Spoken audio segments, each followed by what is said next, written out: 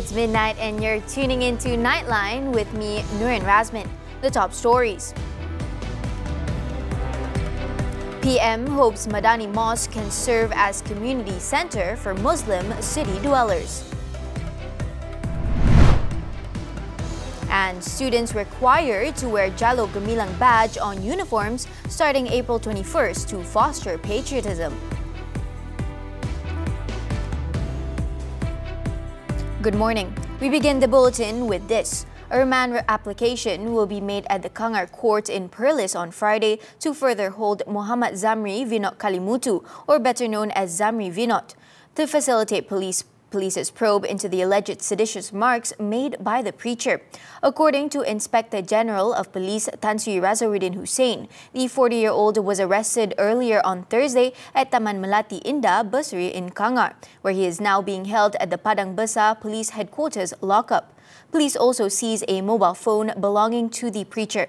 The IGP said the arrest was made following a report lodged by an unemployed man from Batu Caves at the Dangwangi police station on March 26. He said the suspect had allegedly posted comments touching on religious sensitivities related to the relocation of a temple. The Malaysian Communication and Multimedia Commission, MCMC, had initiated a data preservation process for the suspect's Facebook account. The case was classified under the Sedition Act and the Communication and Multimedia Act for uttering seditious words and misuse of network facilities. The harmoniously resolved issue of a temple's relocation in the federal capital proves that matters related to racial sensitivity can be handled with wisdom, strength and nobleness of Islam. In stressing this, Prime Minister Datuk Seri Anwar Ibrahim expressed hope that the Madani Mosque to be built at Jalan Munshi Abdullah with various facilities could also serve as a local community centre for Muslim and city dwellers.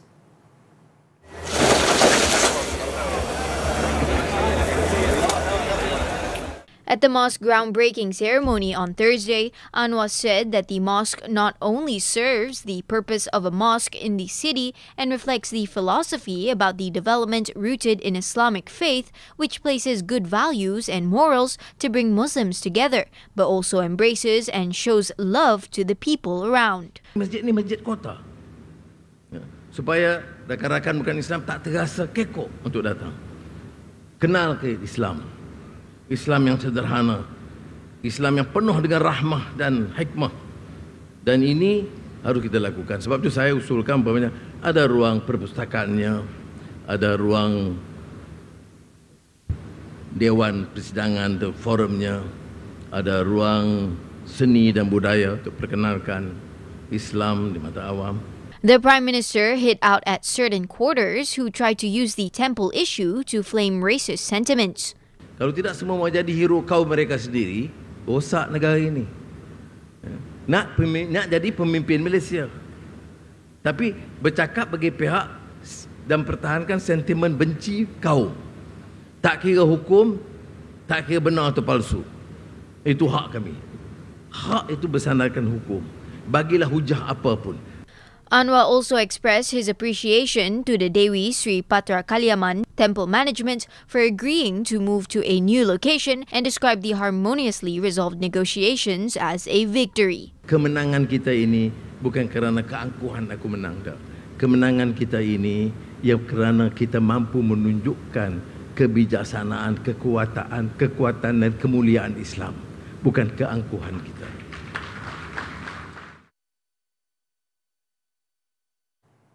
On another matter, the Prime Minister commended private companies and supermarkets in reducing the prices of goods in conjunction with Adil Fitri. He said the initiative was well received and has an impact on the people.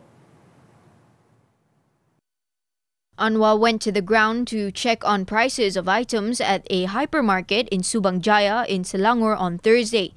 He spent about half an hour taking a closer look at prices of items such as chicken, beef, vegetables and rice.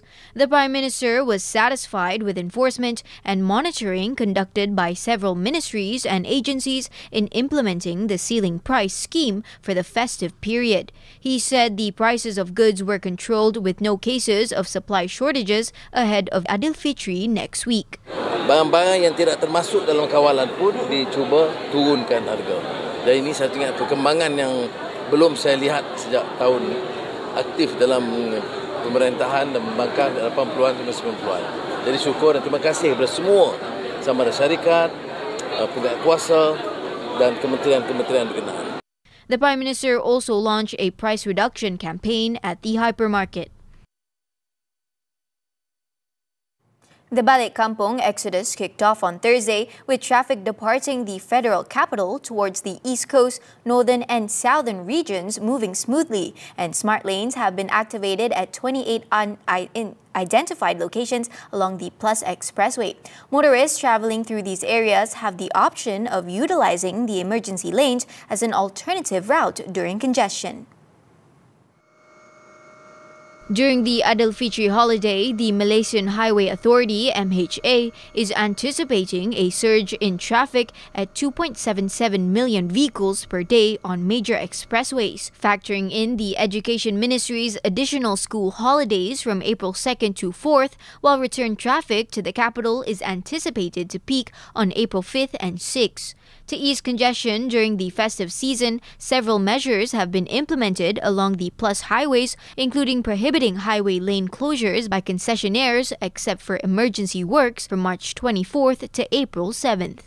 Major concessionaires have also been urged to ensure that the toll collection system operates smoothly and that highways remain in optimal condition throughout the period. The prohibition on goods vehicles will also be enforced from March 29th to 30th and April 5th to 6th, aiming to ease traffic congestion on the nation's major expressways.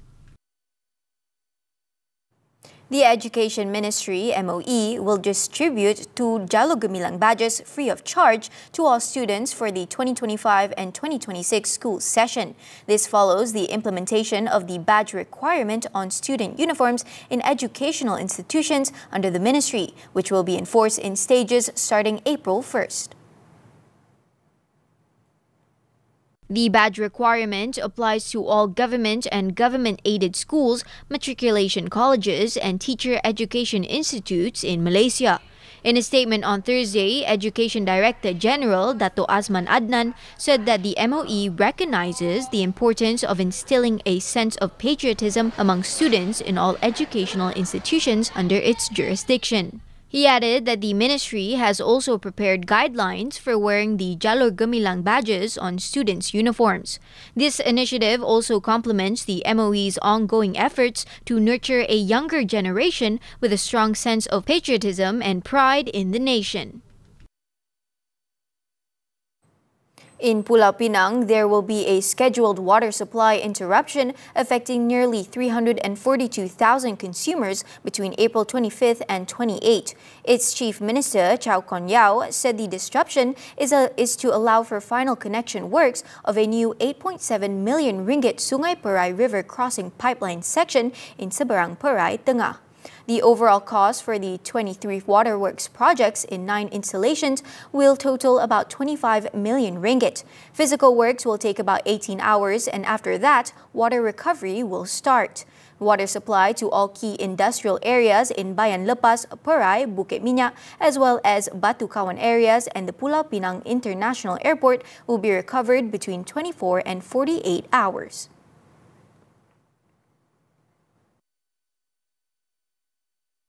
In Johor, the floods affecting 27 areas under the jurisdiction of the Johor Bahru City Council have been described as the worst in 30 years. Johor Bahru Mayor Datuk Muhammad Hafiz Ahmad said the situation was triggered by heavy rainfall, exceeding 150 millimeters over 2 days. He explained that the disaster was worsened by a tidal surge reaching 3 meters in parts of Johor Bahru, which led to unexpected flooding in several areas. Muhammad Hafiz said the council had mobilized its frontline departments and units for an immediate disaster response. According to Met Malaysia, the monsoon transition phase is expected to begin on March 25th and continue until May 2025, potentially bringing flash floods.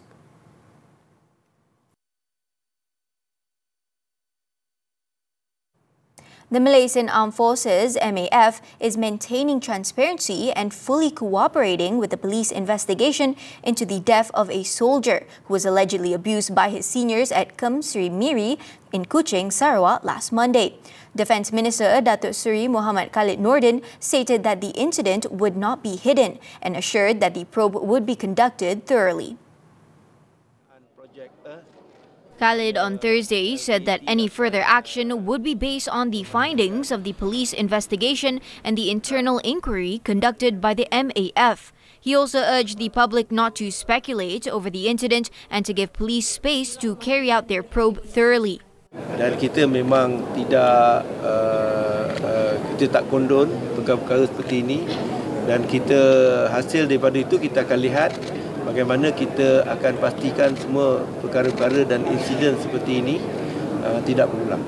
On Wednesday, police confirmed that 2 soldiers aged 22 and 24 attached to the 20th Battalion of the Royal Malay Regiment were arrested and remanded until April 2nd to facilitate investigations into the death of 21-year-old Private Muhammad Mukriz Asser. The victim reportedly died in the early hours of March 24th at Miri Hospital following an alleged bullying incident in his barracks.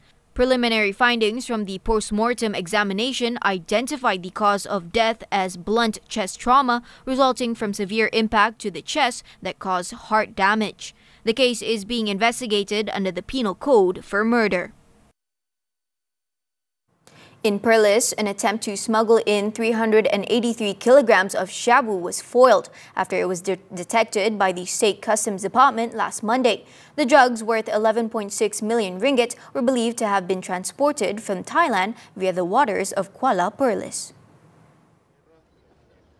During the 3 a.m. operation, a suspicious unregistered fiberglass boat was spotted by a customs patrol team heading towards Sungai Baru.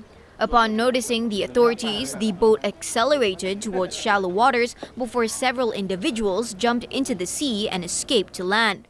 Checks on the vessel revealed 19 sacks of drugs hidden in the fish storage compartment. It is believed that the syndicate's modus operandi is to smuggle drugs in the early hours to evade detection by authorities, with the supply intended for distribution across Malaysia. The case is being investigated under the Dangerous Drugs Act. In Pulau Pinang, a Vietnamese housewife pleaded not guilty to 2 charges of driving under the influence, leading to the death of a teenager and injuring another. Nguyen Thi Kim Wan, age 40, claimed trial at the Georgetown Magistrates Court. Nuyong was accused of driving while intoxicated and losing control of her vehicle, causing the death of 18-year-old Thomas Shin Kai Hen at Jalan Julutong at 9:48 p.m. on February 19th. Nuyong also faces a second charge for causing injuries to another 18-year-old Oi Ki Heng. She was charged under the Road Transport Act 1987, which mandates jail time and a fine upon conviction. Magistrate Nadratun Naim Muhammad Saidi granted 10,000 ringgit bail per charge with 2 Malaysian sureties. She also ordered Nguyen to surrender her passport and temporarily suspend her driving license until the case concludes. The case is set for mention on April 21st. Last month, the media reported a pedestrian was killed while his friend was injured after being hit by a car driven by a drunk Vietnamese woman. The victim, who was waiting for his Sijil Pelajaran Malaysia SPM results, died at the scene due to serious injuries.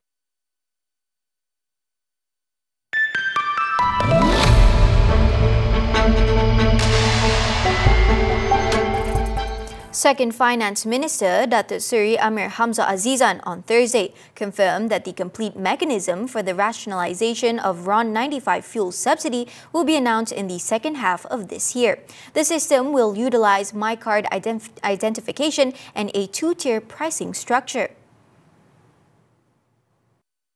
Because we will use 2-tier pricing, price yang tak subsidised dengan price yang subsidised. Dan lebih pada 85% rakyat akan mendapat harga yang subsidised di Malaysia. He added that the targeted mechanism is still being refined as the government does not want to rush the announcement of any policy implementation. Elaborating further, the minister stated that MYCOT is an effective tool for channeling aid to eligible recipients. This has been proven with its use in distributing the Sumbangan Asas Rahmah SARA to 5.4 million recipients starting next month.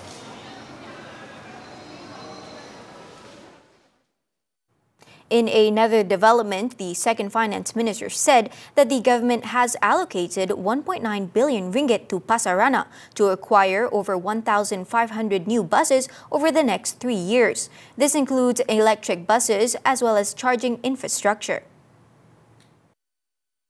So this is a part and parcel of commitment. How do you make the infrastructure of public transport stronger in KL? That's the commitment of the government. We want to make life better for the rakyat. A total of 310 diesel buses would be delivered from June, followed by 250 electric buses by year-end. Another 1,000 electric buses and charging infrastructure will be delivered in phases beginning next year. The new buses will replace Rapid Bus's existing fleet, as some have been in service for over a decade.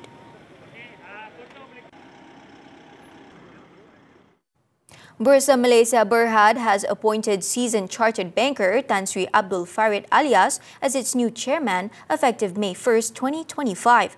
Farid, who has served on Bursa Malaysia's board since July 2022, will succeed Tan Sri Abdul Wahid Omar, who is set to retire on April 30, 2025, upon completing his 5-year tenure as chairman. The 57-year-old previously served as the group president and chief executive officer of Malayan Banking Berhad Maybank from 2013 to 2022. Farid also brings 30 years of experience in the banking and financial services sector, specializing in investment banking, commercial banking, and capital markets.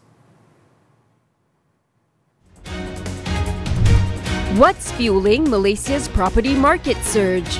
What sectors powered the decade's best performance? Are infrastructure projects setting new benchmarks? Can 2025 sustain this real estate momentum? Zahir Kelvin Ong Abdullah speaks with Group Managing Director of Knight Frank Malaysia, Keith Uy, only on Money Matters this Saturday evening on TV3 and stream on Tonton. Elsewhere, global stocks fell on Thursday, led by heavy losses in Japan and South Korea after U.S. President Donald Trump announced new tariffs on auto imports. Japan's Nikkei fell 1%, while South Korea's Kospi dropped 1.3%. Toyota Motor shares tumbled 2.6%, and both Mazda Motor and Subaru plunged about 6%. On China, Trump said he may give Beijing some reduction in tariffs to get a deal done to sell TikTok. Chinese shares outperformed the region, with the blue chip index up 0.4% and Hong Kong's Hang Seng rallying 1%. This came after Trump announced plans for long-promised 25% tariffs on automotive imports beginning April 2nd.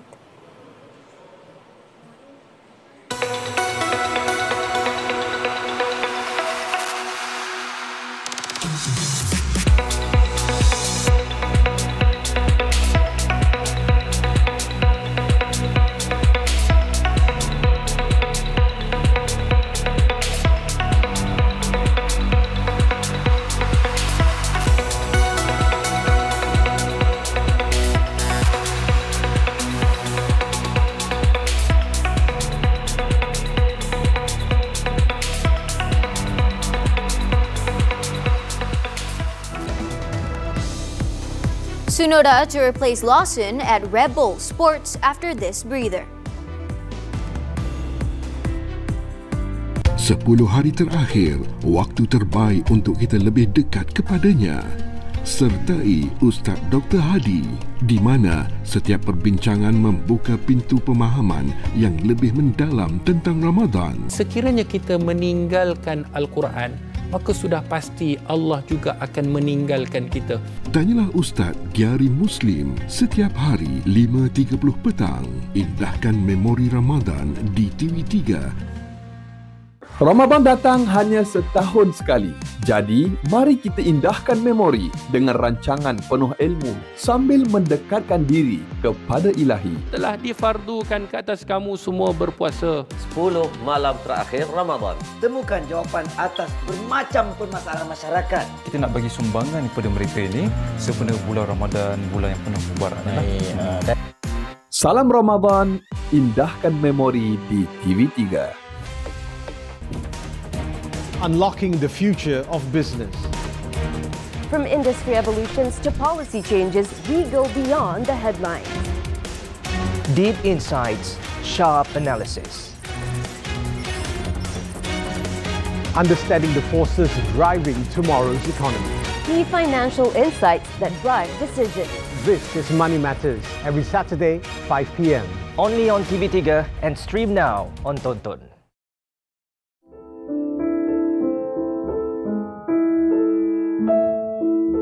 Sebab satu, saya seorang, tak ada siapa. Dua tempat orang, nak minta tolong orang susah. Adik-beradik tak ada. Jadi sebagai satu cabaran, saya cari kerja betul-betul. Cari kerja tetap. InsyaAllah boleh jalan. Lepas tu kadang ada susu pekat tu, kita buat susu cair. Buat cair, bagi dia minum. Walaupun sikit. Macam mana pun, terpaksa juga lah.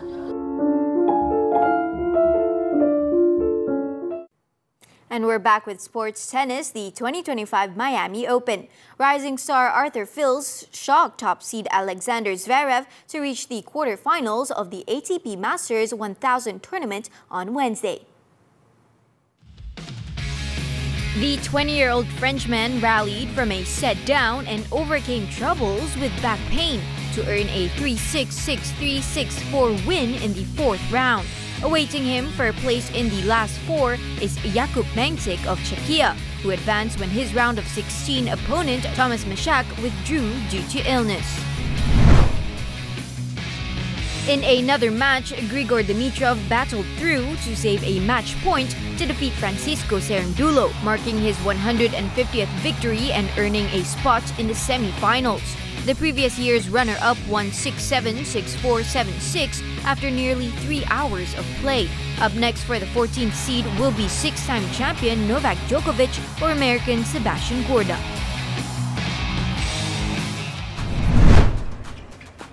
In the women's actions, teenager Alexandra Ala pulled off another upset when she knocked off five-time Grand Slam champion Iga Swiatek 6-2, 7-5 in the quarterfinals. She will next play Jessica Pegula for a place in the final. Earlier, Pegula stopped the string of upsets by ending the stalwart run of Britain's unseeded Emma Raducanu. The fourth-seeded Pegula won 6-4, 6-7, 6-2 in a 2-hour, 25-minute battle to move into her third women's semi-final in 4 years. On to motorsports Formula One now. Red Bull on Thursday announced that Yuki Tsunoda will replace Liam Lawson from next weekend's Japanese Grand Prix, insisting they have made the move to develop and protect the Kiwi. After just 2 races, 23-year-old Lawson will return to Racing Bulls with team principal Christian Horner citing a duty of care, while Tsunoda gets his long-awaited chance to be Max Verstappen's teammate after over 4 seasons in the second Red Bull team. Horner also stated that Tsunoda's greater experience as a reason for the sudden swap, which is unprecedented in recent F1 history. Verstappen is second to the F1 Drivers' Championship with 45 points, while Lawson has yet to score, leading Red Bull to exercise a driver rotation. The Kiwi, who will be Isaac Hadjar's new teammate at Racing Bulls, was chosen ahead of Tsunoda to replace Sergio Perez over the winner, despite having just 11 race weekends under his belt.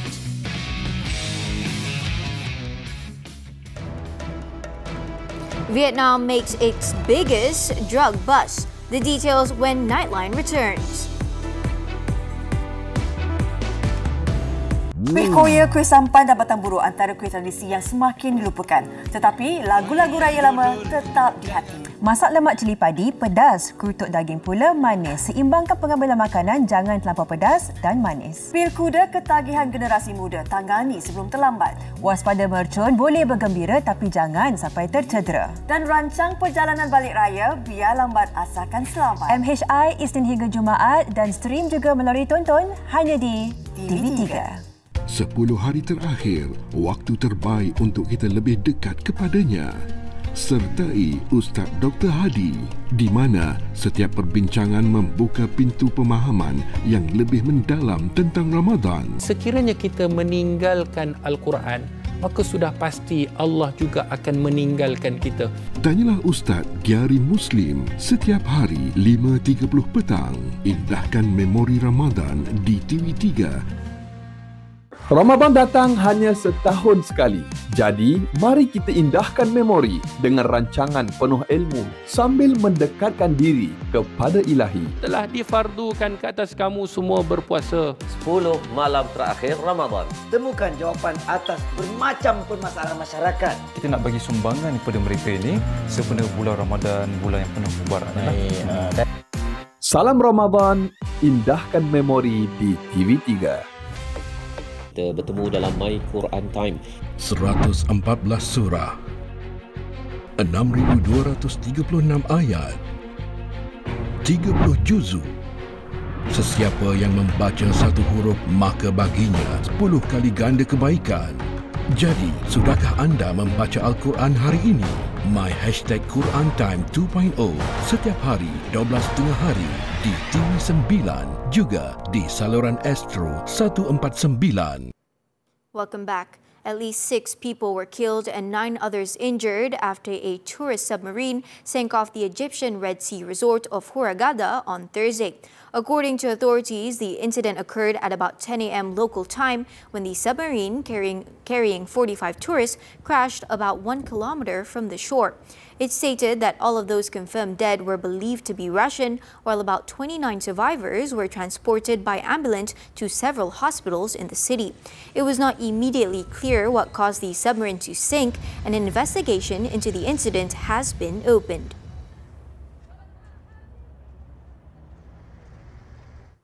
In other news, the Zionist bombardment on Gaza showed no sign of subsiding on Thursday, killing at least 25 Palestinians over the past 24 hours and bringing the overall death toll to 50,208. According to Gaza's health ministry, 82 more injured people were also transferred to hospitals in the last 24 hours, taking the number of injuries to 113,910 in the Zionist onslaught. It added that there were still dead and injured Palestinians trapped in the rubble. Hamas spokesperson Abdul Latif al-Qanua was also killed in the recent strikes. He died when the Zionist fighter jets bombed his tent shelter in the northern city of Jabalia in the early hours of Thursday morning. The rising death toll in Gaza comes amid weeks of slow-moving and factitious ceasefire negotiations between Israel and Hamas. Mediators, the United States, Qatar, and Egypt, have failed to secure an extension to the first stage of the three-phase agreement, which expired on March 1st. The death toll from the South Korean wildfires rose to 27 on Thursday as the blaze also destroyed historic temples. Most of the victims were locals, including 3 firefighters. More than 120 military helicopters have been deployed to douse flames across mountainous regions. A total of more than 33,000 hectares have been charred or were still burning, marking the biggest single forest fire in South Korea's history. Vietnamese authorities have dismantled the country's largest illegal drug production ring, arresting 16 suspects and seized massive quantities of ketamine and chemicals. The Drug Crime Investigation Department said it dismantled a drug production in the coastal tourist city of Nha Trang on Wednesday and seized 1.4 tons of high-purity ketamine along with nearly 80 tons of chemicals. The drugs produced had extremely high purity, but none had yet been distributed or sold in Vietnam or abroad. A total of 16 individuals involved in the criminal organization were detained for further investigation and classification. Among those arrested were 4 Vietnamese nationals, 4 Chinese citizens, and 3 Taiwanese, including the 51-year-old alleged ringleader.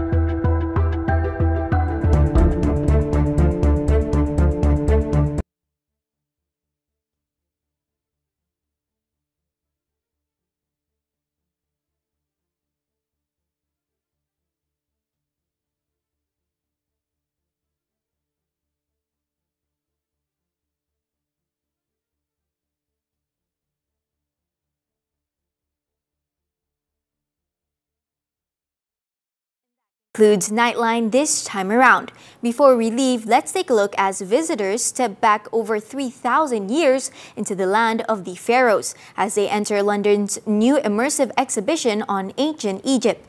With that, I'm Nurin Razmyn. Thank you for watching, and to our Muslim viewers, Salamat Bersahur.